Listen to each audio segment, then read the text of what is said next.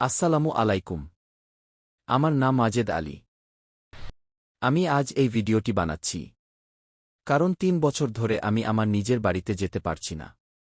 আমার অভিযোগ, তৌফিকুজ্জামান, যিনি সোনা মিয়া নামে পরিচিত, নিজেকে আওয়ামী লীগ যুবলীগের সভাপতি বলে পরিচয় দিয়ে প্রভাব খাটিয়ে আমার বাবার সম্পত্তি জোরপূর্বক দখল করে ভোগ করছেন।